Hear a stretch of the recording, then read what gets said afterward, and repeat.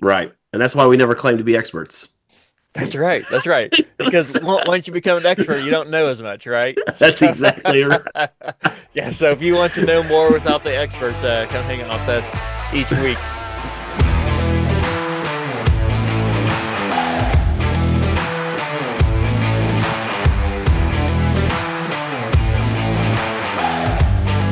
Welcome back to another episode of the Kingdom Corner. We are your host. I'm Andrew, and with me, as always, is my good friend Dale. Hey, we want to remind you right at the top of this, make sure you like, subscribe, share with your friends. Leave us a great review. That helps us get this great podcast and information out to all the great people in the world just like you. So, we're coming off a victory. This is Victory Monday, Dale, against the Baltimore Ravens. They said it couldn't be done.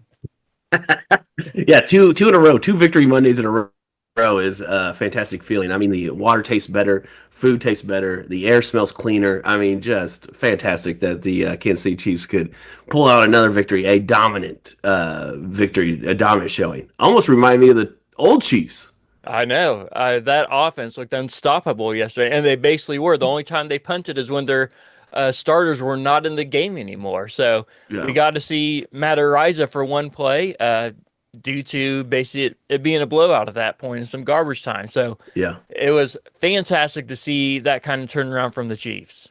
Yes, it was. To get 500, I mean, I was going to be happy if we could be 500 by week 6, but we're 500 week 4, so that's a good feeling for the Chiefs. Yeah, and according to all the, quote experts out there, there were not very many who gave the Chiefs a chance to win this game. I mean, No, even coming off of a win against the Giants, which I know many people were not very high on. You were not one of those, but many people were not very high on. And then we also have the Baltimore Ravens, who were the number one scoring offense coming into this week. Uh, Chiefs held them to 20 points too, and no one gave the Chiefs a chance, and yet here we are, Victory Monday with a three-score victory. yeah, and probably should have been more. Like you said, the garbage time touchdown at the end gave the appearance that it was a little closer than it really was. So yeah, Well, and even that appearance wasn't very close. So no, that's how dominant it was. Hey, I want to throw you something out here real quick too. all right, So I've spoken many times how I think the PFF grades are basically just professional fake figures. right.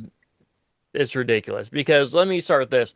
How well do you think Patrick Mahomes played yesterday? I think he played pretty well. I mean, no turnovers, a lot of completions, a lot of yards, 4 touchdowns. I mean, it played All pretty well. all the above, right? His Yeah, passer rating was 124. Uh, Perfect is 158, I believe. But his passer rating is 124. And usually, if you're over 100, you had a great game, for right. those who don't know. So if you're over, and he's 124, so well over the 100 point mark. Yeah, And so take a wild guess of what PFF graded him out as. And, they do the 1 to 100 scale, kind of like in school, but yeah. take a wild guess where do you think they graded him at? 78. 64. No. I'm just pointing this out to say, hey, do Yeah. not look at the PFF grades. It doesn't really stand for professional fake figures, but I think it should because I feel like they're just making these numbers up. How can you give a guy who had almost a perfect game? Yeah. I mean, how can you rate him a 64? But anyways, that's not even what this podcast is about. But I just wanted Huh. to point that out once again that all these quote experts don't always know what they're talking about, and what is on the field is not always translated accurately Yeah. to even stats. Because there's a lot of people who had some great games who are not going to show up in the stat line. Right. And that's why we never claim to be experts. That's right. That's right. Because once you become an expert, you don't know as much, right? That's exactly right. Yeah. So if you want to know more without the experts, come hang out with us each week. So, and we made a point many times of Juju, right? Oh my goodness, That that guy. I'm Love. telling you, he is might be my favorite non-star receiver. I know that before he came to the Chiefs, he probably was a star receiver and is a star Yeah. receiver. But man, that guy, the hustle he puts in, the amount of love he has for his teammates, the kind Yeah. of just dirty work he does of not even needing the ball in his hands, just going down, celebrating with his guys, blocking for his guys. That is the kind of teammate that every coach wants on their team. Right. Yeah. And then just make it, I mean, to be rewarded with some catches and a touchdown yesterday Yeah. for all that work that he does that is not talked about or not seen with the blocking and the running and picking up and celebrating. I mean, sometimes you think that he scored the touchdown, how much he celebrates for his Yeah. teammates to score, and so yeah, it's pretty cool. Well, and I'll tell you this too. Outside of Xavier Worthy, Juju was the most targeted receiver yesterday. There you go. All right. Yeah. So was this win that the Chiefs had over the Ravens, was it more about the Chiefs or was it more about the Ravens and their injuries? Yeah, I think it's a little bit of both. I mean, I think the Chiefs. I think that was kind of our concern talking last week was the fact that the Chief. We knew that the Ravens' defense was not very good, right? It's bottom of the barrel, and so my concern was if the Chiefs don't put up a lot of numbers or a lot of yards, then it was going to be like, oh man, our offense is in a lot worse condition than we even thought, and so that would have been a bad deal. But to see them come out and do exactly what they're supposed to do is run up the score, is not punt until the fourth quarter, and do all that. That was encouraging to see. Yeah. And so the Chiefs scored 37 points. It is the first time they've scored 37 or more points since September of 23? 2023. Yeah. Yeah, I almost said the wrong years. I had to think about it. Yeah. September of 2023 against the Bears when they scored 40 points. yeah, So it's been a couple years since they've scored that many. So it's really good to see them get out and do yeah. that. So that brings me to this question too. Do you think that Andy Reid is being more play call aggressive this year than he has in the past? Yeah, it seems like I mean, early on we went for it on fourth down, which is not Yeah, normally Andy Reid's style, but I think he knew. Like that first drive was nerve-wracking for Chiefs fans because they kind of marched down the field and just scored, and it was like, oh boys, are we going to be able to keep up with this? I didn't, the Chiefs offense can be able to keep up with the Ravens offense, yeah, and then to almost stall out that drive, I think Andy Reid knew like, hey, we got to get points on the board, whether it's 3 or 7, whatever it is, we got to get something on the board. We can't lose the momentum, and so he went for it. They executed the play perfectly, and yeah. So yeah, I do think he's being a little more aggressive. yeah. So the Chiefs went for it on fourth down 4 times in the game. And I feel like in the past, Andy Yeah. Reid is not one that would have gone for it on fourth down, No. especially in your own territory. And this year, he is seeming to be made that a point. He's like, I'm going to go for it more on fourth down in short Yeah. situations. There Where you if it's go. 4th and 1 or 4th and 2, no matter where he's at on the field, it seems like he's going for it this year. And Yep. I don't remember who it was, but one of the coaches, it might have been Nagy, he said in a press conference a week or so ago, he said, "Yeah, we just been aggressive like we have been every year, going for it on fourth down." I'm thinking, I don't think we've been watching the same game, Nagy, because No. in my estimation, we have not been going for it on fourth down hardly ever, unless we're down and time's just against us, then we're going for it. I Right. mean, I feel like we have notoriously been the ones who, punt or kick field goals on fourth and shorts, no matter where we are on the field. Right. And like we said the whole time, we got 1-5 back there. Let's see what he's got. Put the ball in his hands. He's gonna make a run or he's gonna make a pass. And I feel like that's a weapon. I mean, it's almost as automatic as the tush push. Yeah. Yeah. And I personally I love it that they're going for it on fourth down, being a little Yeah. more aggressive. I mean, that's what Dan Campbell of the Lions have been doing ever since he got there, and it has worked fantastic for them. Yeah. Yeah. And obviously you can live and die by that too, just Yeah. like was it last no, against the Eagles, right? Against the Eagles. Start the second half, Yeah. went for it on fourth down and got stopped deep in our own territory. Eagles gained 2 yards on that whole possession and were still able to get 3 points out of it. And as we know, that game ended Yeah. with a 3-point victory for the Eagles. So, So, so you can live and die by that too. right. But that was a bad play call in my estimation in that position. But Yeah. this isn't one about the Eagles. But I do love it that they're going for it on fourth down. Well, I thought like to talk about that. I think like one of the things that popped out that really stood out because I love Tony Romo. I love when he's on the call, and he really brought up the. I He know really you brought up, do. I know you do. So I do not have the same opinion of as you do on this, but go ahead. but he really brought up. I thought was a really great point. Is that a lot of the Chiefs' run plays are slow, like progressive, right, are progressing, and so like I thought that was like a really great play. He made it like 3 or 4 times where he's like, "Hey, just line up and run," instead of like pulling guards, doing all this fancy stuff. So I wonder if like, some of that could help was like instead of pulling guards and things like that, just run smash it into uh, into the line there, and maybe you get the first down instead of these slow moving plays. You know what that sounds like to me? Sounds like Tony Romo was checking out this podcast. If you remember last game or last podcast, I even mentioned, hey, Andy Heck, the offensive line coach, said that we're Yeah, trying all these things, and I said, yeah, why don't we just try two or three things? that's right. So I See, mean, it's almost like somebody on this podcast is just as smart as Tony Romo is what I'm hearing. So well, it just hey, yeah, I don't know, no doubt, no doubt. yeah, hey, like I said, not expert over here, so we know Exactly. just a hair more maybe. So But yeah, he brought your point to light to yeah. the millions and millions of fans. Yeah, there So you go. So, how do you think Isaiah Pacheco did in yesterday's game? Just not even based on the stats, but just how did he look compared to previous games? he had like one good run all game for like 11 yards, and so I still think he looks like the. I mean that Detroit. It's hard to look at the Detroit running backs, those two running backs, and how they just torched the Ravens defense. And even there were more people that were out for the Ravens throughout the game that were out, and we still couldn't like get a big run. Now Xavier Worthy did get a big run, but that was just a little trick play, a little trickeration. Hmm. But yeah, like still, Pacheco still looked rough, and we saw Smith in a lot more this game. We did, and that's what you've been calling for. So, how many yards on per carry do you think Isaiah Pacheco averaged yesterday? Let's see, 3.7. Five. That surprised you to know that? That That does surprise he me. had 5 yards every time he touched the ball. He had his long was 12 yards, so he didn't have any necessarily Yeah, breakaway runs.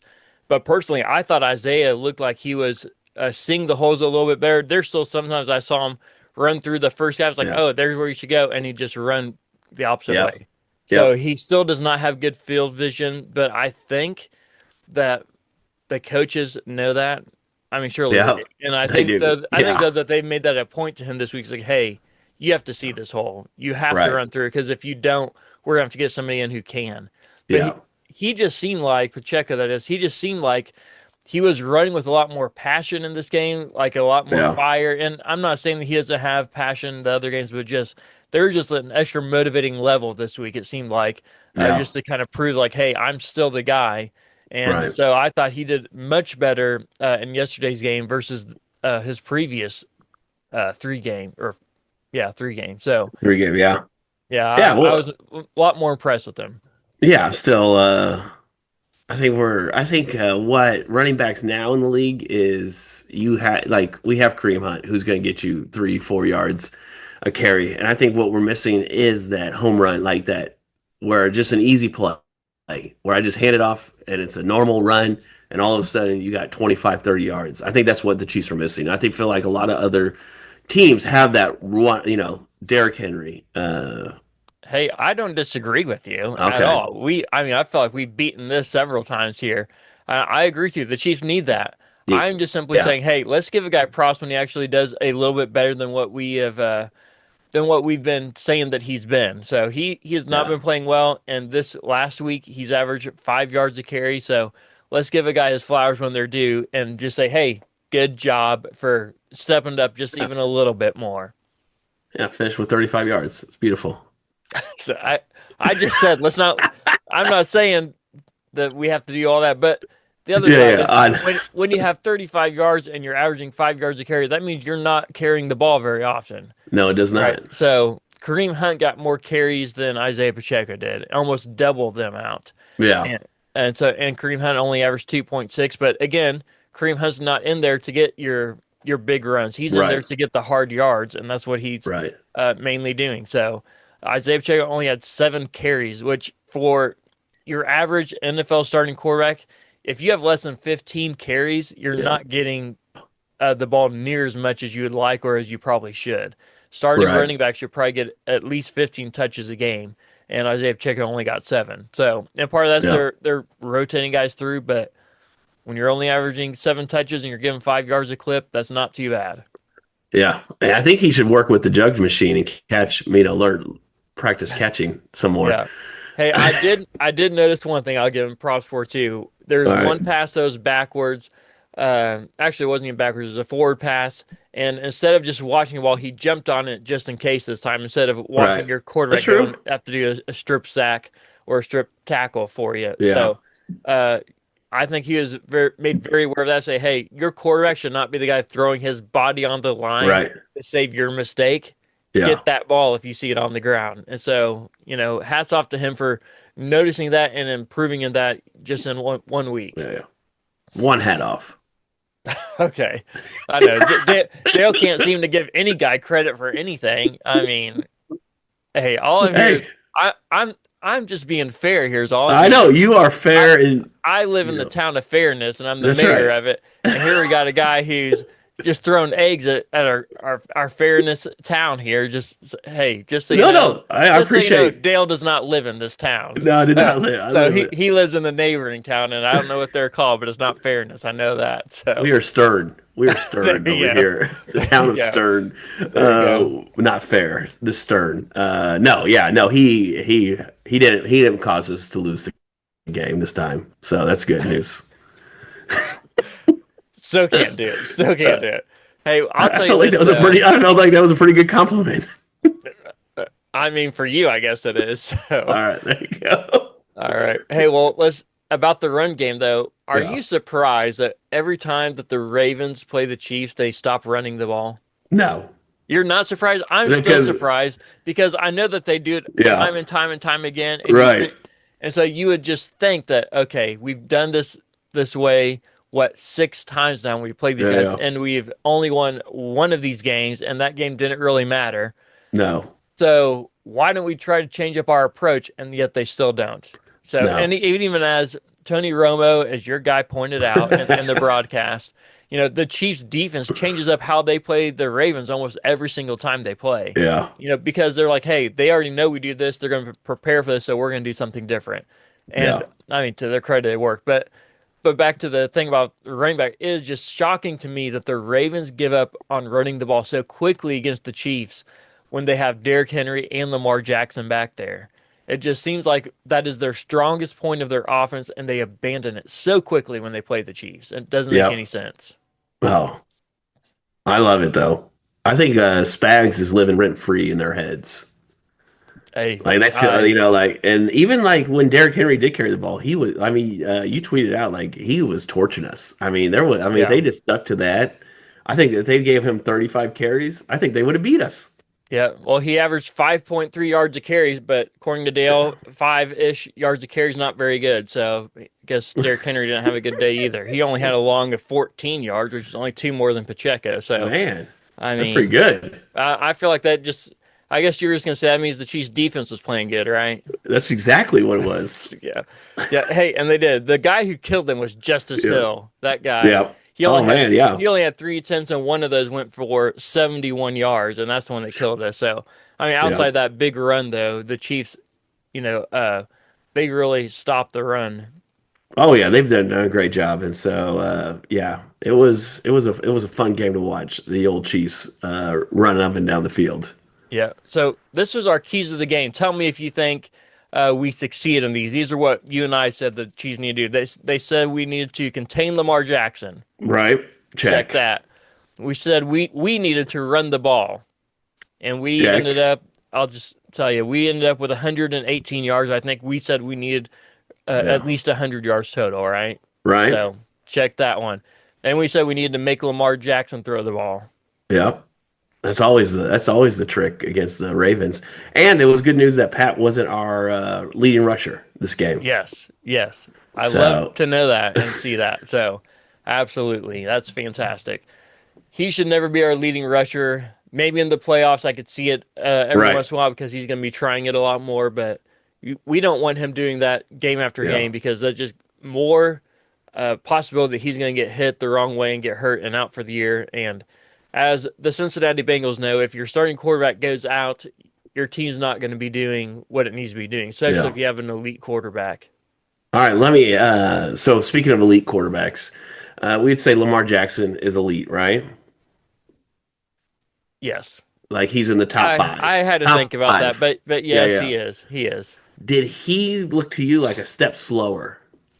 Like that? I mean, he's getting older. I mean, he's getting older, and you know how your legs are like the first to go. He looked. I mean, he has been sacked the most he's ever been sacked in I think in a season already with just 4 games in. Yeah. Now I Well, don't know he if that's got true or sacked not, seven but times last week and got sacked 3 times yesterday against the Chiefs, which just yeah, seemed like a lot more than three, but because they yeah, were on him all the time.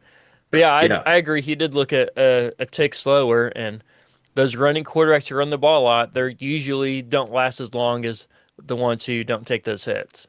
Yeah, and so that was probably the biggest thing I noticed about. And then even to come out of the game. Now, I mean, was he hurt or was he just giving up? That's the big question. But I don't want to joke about a guy's injury. Hopefully he's not hurt and hopefully he'll be back next I don't week want to joke playing. about it, but I want to know your opinion. Do you think he gave up, or do you think he was really hurt?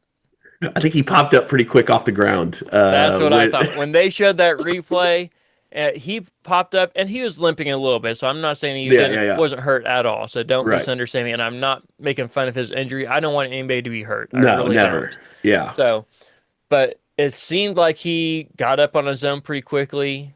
Didn't have any help up. Yeah. Was barely a noticeable limp, and I only know is noticeable because I knew he got hurt. So when I went back and watched it again, I Yeah. thought if I didn't know he was hurt, I don't know if I would have really caught that he was limping that much. Yeah. And so jogged off the field, sat down, had a guy, working that a little bit, and then rest of the game sat on the bench, not even a trainer over there checking on him. No. And that's what makes me think like that maybe is a little more than just simply I'm hurt. Because I feel like in most of those situations and most of those quarterbacks who are in the elite status, as you pointed out, Yeah. they're not going to sit there when their team's down. It's like, sorry, hurt too much. Yeah. And I mean, I'm not saying if somebody's really hurt that they should play through it. If they're legitimately hurt, don't injure yourself more. But at the same time, do you think if that was Patrick Mahomes that he would have stayed over there on the sideline? Yeah, I think it depends. It's only week 4 of the NFL. If you feel like a little tightness or something there, you probably don't want to go out there and aggravate it more. So I don't. Yeah, I think maybe he might have sat down too, just be like if it like a tweak. Maybe. I Maybe I just don't. I don't know. I mean, I Yeah, don't know. it's hard to say without knowing really what the Yeah, injury is. That's the speculation part here. right. And I think like Mahomes is a different quarterback in the sense that he could sit in the pocket and throw. He wouldn't have to use his legs. Like part of Lamar's game is his legs, and that's what makes him Yeah, so elite. Is that like he's able to jog and outrun most of the people on the field. So, yeah, yeah, yeah. I think you're right. I do think though that there's a little bit of like, this game's too out of hand. I don't need to go back out there. They can figure it out. I mean, it just seemed like a guy that was quitting on his team, and yeah. maybe I'm just looking too much into it, but that's just what it seemed like to me. But I'll say this: the flip side of that too is this: the Chiefs' defense and Spags Mm, dialed up pressure so many times, and they were in his face all game long. So all Lamar game. Jackson was pressured on 48% of his dropbacks, which is the highest pressure rate he has faced in a game in in 2 years since 2023. So Yeah. it's it was not the game for Lamar Jackson. Yeah, and it was that I guess the Chiefs stole it from the Lions, but that kind of spy, the way they used the spy was pretty unique, and it seemed to really Yeah, work out well. Like it was like a delayed blitz almost, where it was like, okay, where are you gonna go? All right, we're gonna attack, And so shout out to Chanel and Nick Bolton for corralling him all game. yeah, they played that perfectly. I mean, Yeah. perfectly against them. So Lamar Jackson, when he was under pressure, this game he had 9 attempts. So he was 4 of 9 for 62 yards and an interception. Was sacked 3 times. So all of his time he was sacked was under pressure. And it's his third straight game being sacked at least 3 times. So, and on the season, Jackson has been sacked on 30% of his pressured dropbacks, the second highest Wow. mark among quarterbacks with at least so many attempts. And so, yeah, the Chiefs were in his face all game long. And to your point about Nick Bolton generated a career high 5 pressures on 10 pass rush attempts in their victory over the Ravens. So, and again, as you point out, Nick Bolton was more of a spy. He was watching to see where he's going, and then if there's a lane that opened up, he shot through there to get Yep. Jackson. And the Chiefs did a great job containing him to allow Bolton and whoever else was there for the moment to sack him. Maybe the best stop was Tillery when I thought Lamar Jackson was about to run for about 15 yards, and Tillery just reached out and says, "Not today, son. Not Not today. today." Yeah, that was pretty good. And then the highlight probably was for me was Leo Chanel's interception. I mean, Oh that man, was pretty athletic. I mean, my goodness, to be like guarding Mark Andrews and then like turn back last second and then one hand that thing in. I mean, my goodness. I'll just tell you this: a guy that size, that's that strong, that's that far down the field should not be able to catch a ball like that. That's No, all I know. no, no. I mean, it's not like he turned around and watched it come in. It turned around and the ball was there, and he reacted and Yeah, got it. So it was just right. fantastic. Hats off to Leo Chanel. So Yeah, yeah, that was that was yeah, that was fantastic. I love that. So, but let's talk about this Chiefs defense a little bit too. So we yeah, already yeah, mentioned a little bit. So that first drive, I'll tell you, after that first drive, they drove down there. The Ravens did score that touchdown. I yeah, thought the same as you pointed out earlier. Just this is going to be a long game. yeah, I knew this was the number one scoring offense coming into the game, and I saw that yeah. and thought, oh man, is this going to be one of those games where we're going to have to score 30 points just to keep up? Right. And come to find out, 30 points was way more than we needed. But yeah, that's what I thought for that first drive. Then especially after the Chiefs ended with field goals, their first two drives down into the red zone.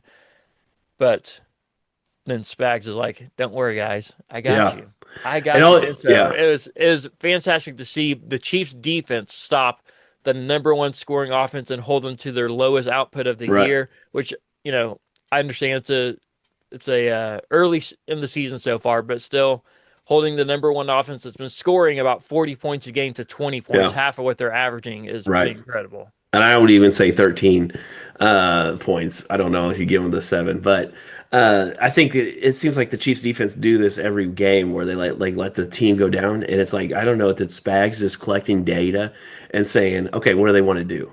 All right, this we're gonna make adjustments on the sideline, and then they just like stop it. It's amazing, and like how many times have we seen the number one offense or the for the Chiefs offense, the number one defense, and we just shred them, right? It's just like Yeah, we know what you like to do, and we're just not going to let you do it. It almost feels like Belichick, where it's just like, hey, who's your best player? What do you want to do with them? We're going to take them away. I mean, how many times did we play Bill Belichick and Travis Kelsey was like just locked down, or Tyreek Hill was just taken away, and it was. We're like, oh man, what are we going to do now? Well, they had to figure it out, and so yeah, I definitely think like it's pretty cool. Like I mean, I think we need to not take for granted how special this coaching staff is to be able to figure out schemes and to be able to slow some of that down. Because like you said, I mean, averaging 40 points or close near 40 points a game and to hold them to 13, 20 points is pretty impressive. yeah. And they didn't have a lot of guys hurt on the offensive side of the ball. It was more mainly the defensive side of the ball. And so, yeah, Yeah, well, and I want to point out too, last year the Chiefs were decimated by injuries. I yep. mean, all No, throughout their roster, they were hurt. And nobody gave the Chiefs a second thought about, well, they're only losing because they're injuries. But the thing is, we weren't losing because of our injuries. We ended up right, 15-2. right, So, and even with all those injuries, winning 15 games. And so, yes, I don't want to see anybody get hurt. And yes, I'd right. prefer to play teams with everybody on both sides of the ball being healthy so you can see what you're really like. And so that when you do get these victories like we do against the Ravens, I'm sure a lot of these quote experts, if we pointed out already, are going to say, well, the Chiefs only won because of all these injuries. The Chiefs only Right. won because there's going to be all these excuses for why the Ravens have injuries, and that's the only reason why the Chiefs won. Yeah. And let's just give credit where credit's due and say, hey, the Chiefs were the better team, not just because of injuries, but because of the team as a whole. Right. And execution, the execution of it. I mean, you can have a great game plan, but going out there and executing that game plan is huge. And so, yeah, I mean, the Chiefs got me feeling like we're going undefeated the rest of the year. We're going 15-2 again. Uh, There you so, go.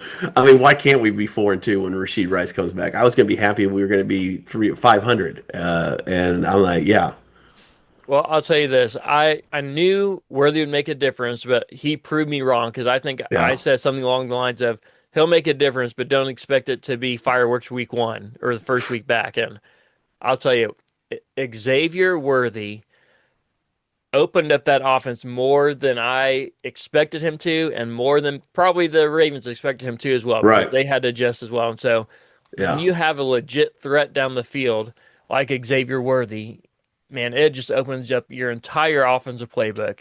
Because we know Thornton's been that deep threat for the first few weeks, and he's still a threat as well. But Xavier Worthy has a lot better, surer hands than Yeah. Thornton does, and so when the ball's down there, he's more likely to catch it. Yeah. Yeah. Yeah. So, and then just imagine in a couple weeks here, Rasheed Rice, That's right. four lines up, man, and it's gonna be yeah. And I can't wait to play the Raiders week. So it's gonna be great. Yeah, it is going to be fantastic. And so, man, what a great week. What a great way to start our week on that Victory Monday That's right. against the Baltimore Ravens. All parts of the game looked good except for maybe Harrison Becker. That was the only sore spot. Yeah. And in fairness, because again, I live in the city of fairness over here. Yeah. He made most of his kicks, and the only one he Right. missed was a fixed 56 yarder. So it was a Yeah. long one, but in the past, he has been money from even that Oh long. yeah. Oh yeah. So, and I know this year the kicking is a little bit different as far as the balls that they're able to use. So in the Yeah. past, they were given the ball, what, an hour and a half or something like Yeah. that Something before the like that. game Yeah. started. And they were brand new out of the package from the NFL factory itself. Right. Yeah. And so, and they said, here's the ball. If you want to work it in, get it loose, work in that leather, go try it, right? And so Yeah. every team would literally have guys on their team that their only job for an hour and a half was to work that ball and to get it manageable and to work that leather in to make it not as stiff as it is right when it comes out of the factory line. And Right. so this year the NFL changed that up, and now you can have a ball that you can use all year long, basically. It still Yeah. has to be checked by the NFL before the game, so have to make sure it's regulation, size, and weight with the air and in and all those Yeah. other things. But and so now we're expecting to see a lot longer field goals this year. And so, do you think? And maybe this is just me stretching or looking for something, and that very well could Uh-huh. be. But do you think having that ball and maybe that confidence of, oh, I know this ball, I whatever, do you think Yeah. that ball being worked in like that or not being worked in? I guess it Yeah. is Worked in. being Yeah. worked Yeah. in, weeks and weeks ahead of time. Yeah. Does that affect Harrison Becker or Butker and his kicks here? And maybe it's just a head thing, like, oh man, this is gonna be so easy because I got this ball that I've been able Yeah. to work with all week long. And so, is he just too overconfident, or is he just simply missing him? I think he's simply missing him. I just don't, and then especially the way he's missing them because they're going left instead of right. I feel like in the past he's missed them where they've gone right, and that's where like you're aiming too much. It feels like he's hooking them too Yeah, much, and so, but yeah, and I think the big question will be uh, when are we going to try long field goals? Are they only going to be at the end of a half, or at the end of the game? Because like, you do a 56, 60-yard field goal, which he's made in the past, yeah. but he doesn't make it, like you're putting the other team and especially if it's a close game, you're putting, or not even if it's that close, like you're putting the team for momentum to take over. And so like, yeah, it'll be interesting to see the rest of the year how Andy Reid plays that, how him and Dave Toe play that out. So, I'll tell you this: they're not going to change their strategy based on these misses. They're just not. all Harrison right. Becker is the highest paid kicker in the NFL. I So, know. and kickers are not I necessarily thought the I thought contracts don't matter though. they don't. They don't. Okay. All But right.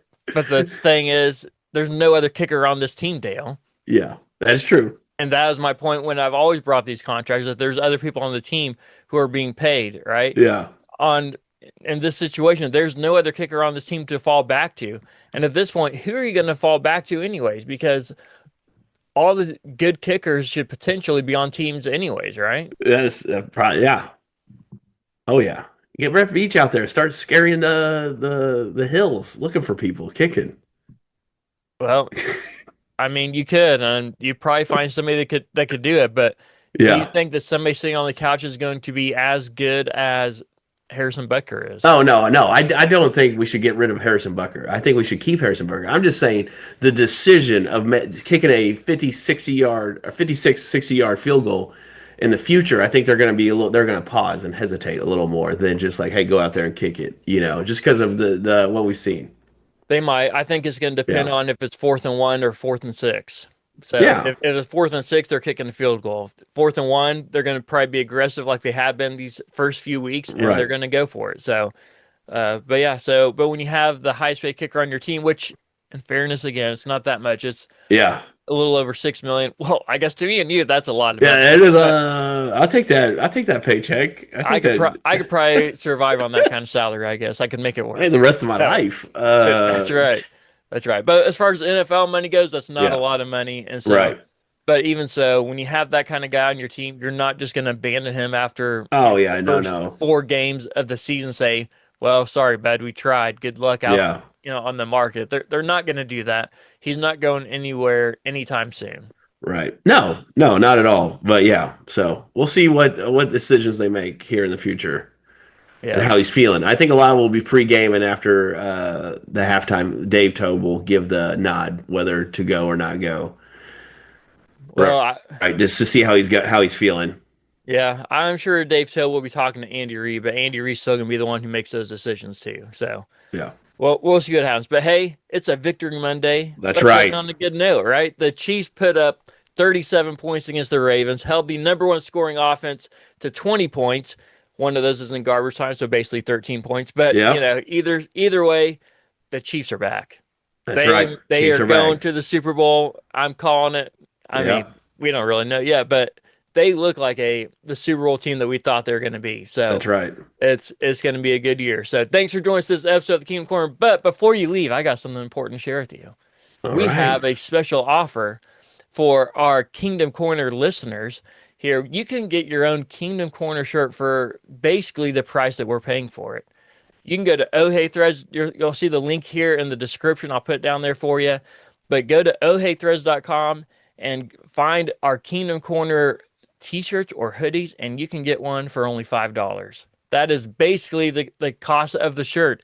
And so we're basically giving it to you for free is what we're really doing. There you So if you go. want to support the Kingdom Corner, go ahead and head on over to Oh Hey Threads and get you your super soft tee or hoodie for only $5. But you'll need a code because this is simply just for our listeners. So make sure you put the code KK Podcast, Kingdom Corner Podcast. So KK Podcast and check out, and you'll get that Yeah. price for only $5. So thanks for joining us Wow. this episode of the Kingdom Corner. What a As we deal. just mentioned, it is a great deal. Brought to you by Oh Hey Threads.